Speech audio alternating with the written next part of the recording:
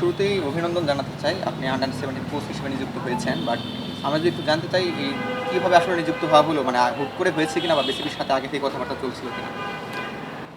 হুট করে না, বেসিক্যালি আমি যখন ন্যাশনাল সিলেকশন থেকে রিজাইন করি, তখন স্বাভাবিকভাবে আমার কথা হয়েছে। মানে তখন ফারুক ভাই প্রেসিডেন্ট ছিলেন, ফারুক ভাইয়ের সঙ্গে কথা হয়েছিল। ডিরেক্টর ফাহিম স্যার, ফাহিম সিনা, মাহবুব ভাই, ওনাদের সঙ্গে কথা হয়েছিল যে আমি আসলে রিজাইন করছি, বাট আমি কোচিংয়ে মনোযোগী হতে চাই। স্বাভাবিকভাবেই ক্রিকেট বোর্ডে কাজ করার ইচ্ছা আছে যদি অপরচুনিটি থাকে। তো সেভাবে আলোচনাটা হয়েছিল। প্রিমিয়ার লিগ শেষ হওয়ার পরে আসলে আমরা জানি যে ক্রিকেট বোর্ডেও পালাবদলের একটা ঘটনা ঘটেছে। সেখানে একটু সময় লেগেছে, বাট প্রাথমিকভাবে একটা আলোচনা হয়েছিল যে আমি কোচ হিসেবে বোর্ডে কাজ করার ব্যাপারে ইন্টারেস্টেড, এবং ওনারাও পজিটিভ ছিলেন। তো তার ফলশ্রুতিতেই আসলে কাজ করা। এজ গ্রুপ ক্রিকেট দিয়ে আবার শুরু করছি কোচিংটা ক্রিকেট বোর্ডের আন্ডারে। আমার মনে হয় যে এটা একটা আমার জন্য বিরাট অপরচুনিটি যে আসলে এজ গ্রুপ ক্রিকেটে লম্বা সময় সিলেক্টর হিসেবে কাজ করেছি। সো সেই পালসটা আমি জানি, প্লেয়ারদের পাশাপাশি আমাদের বোর্ডের গেম ডেভেলপমেন্ট প্রতিটা জায়গায় আমার বেশ ভালোই জানা আছে। তো সেখান থেকে আবার আন্ডার-17 দিয়ে যাত্রাটা শুরু করা আমার কাছে মনে হয় এটা খুব ভালো একটা প্ল্যাটফর্ম আমার জন্য।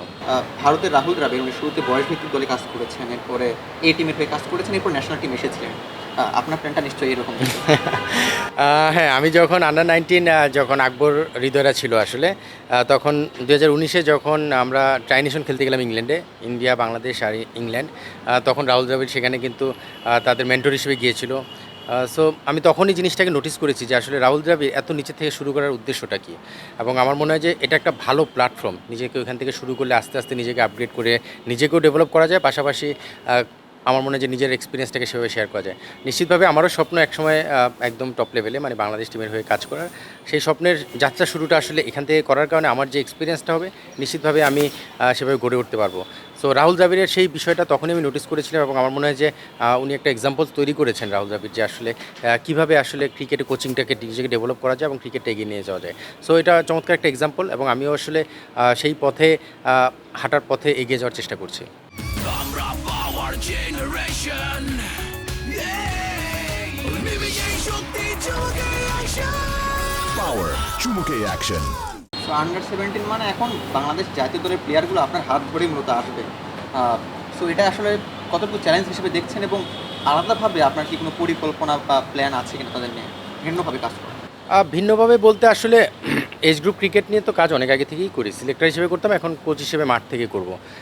আসলে সিলেক্টর হিসেবে করতে গেলে অনেক সময় দেখা যায় অনেক কোচিং পয়েন্ট অফ ভিউগুলো বা কোচিংয়ের জায়গা থেকে অনেক কিছু অবজারভেশনে ছিল, বাট সেই জায়গাগুলো সেভাবে কাজ করার সুযোগটা হয়নি। সেই জায়গা থেকেই একটা তাগিদ তৈরি হয় যে আমি আসলে ডিরেক্ট প্লেয়ারদের সঙ্গে কাজ করতে চাই। সেটা টেকনিক্যাল হতে পারে, ট্যাকটিক্যাল হতে পারে, মেন্টাল হতে পারে। তো এখন আসলে নিজেই যেহেতু সেখানে হেড কোচ হিসেবে কাজ করব, সেই ফ্রিডমটা পাচ্ছি এবং সেভাবেই কাজ করতে চাই। আসলে স্বাভাবিকভাবে আমাদের এজ গ্রুপ প্রোগ্রামগুলোর মাধ্যমে কিন্তু ন্যাশনাল টিমের ম্যাক্সিমাম প্লেয়ার মানে নিজেদের জায়গাটা করে নেয়।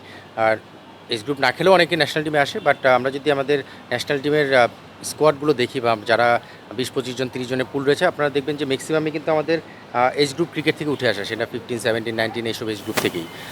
সো আমার মনে হয় যে তাদের সঙ্গে সেভাবেই কাজ করবো, যে আসলে এলিট লেভেলে যে ধরনের কাজ হয় সেটা আমি খুব ভালো মতোই জানি, যেহেতু আমি ন্যাশনাল টিমের প্লেয়ারদের সঙ্গে রেগুলার কাজ করার অপরচুনিটি আমার হয়েছে। সিলেক্টর হিসেবেও 1 বছর কাজ করেছি।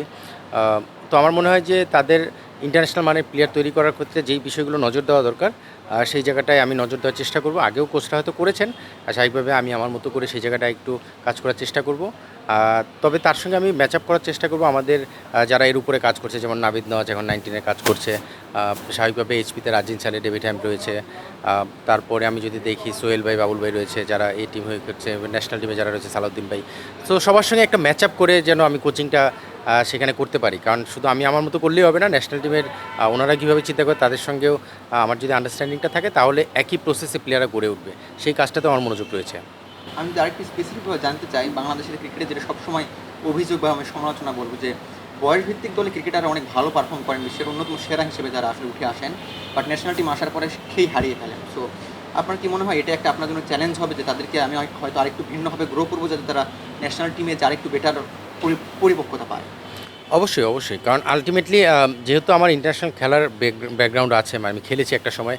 ভালো খারাপ হয়তো সেটা জাজমেন্ট ডিফারেন্টভাবে করা যাবে। বাট যেহেতু ইন্টারন্যাশনাল খেলার একটা এক্সপেরিয়েন্স আছে, সেটার সঙ্গে আমার কোচিং যে মেথডগুলো, যেহেতু আমি কোচেস ট্রেনিং করেছি 2011-তে লেভেল 2, নিশ্চিতভাবে লেভেল 3 ইনশাআল্লাহ সামনে অপরচুনিটি আসলে করব। তো আমার মনে হয় যে কোচিং মেথডের সঙ্গে আমার ইন্টারন্যাশনাল কিছু ফ্লেভারও থাকার কারণে আমি সেই জায়গাগুলো থেকে প্লেয়ারদেরকে সেভাবে আপগ্রেড কীভাবে করা যায়, প্লেয়ারদের ইন্টারন্যাশনাল মানের প্লেয়ার তৈরি করার ক্ষেত্রে যেই বিষয়গুলো নজর দরকার সেগুলোতে নজর দেওয়ার চেষ্টা করব। সো নিশ্চিতভাবে আমি আমার জায়গা থেকে তো সেভাবেই চিন্তা করি এবং সেভাবেই চিন্তা করে আগে কাজ করেছি ডিফারেন্ট রোলে। এখন হয়তো সেখানে ওইভাবেই চিন্তা করব, কাজটা হয়তো ডিফারেন্ট রোলে করতে হচ্ছে।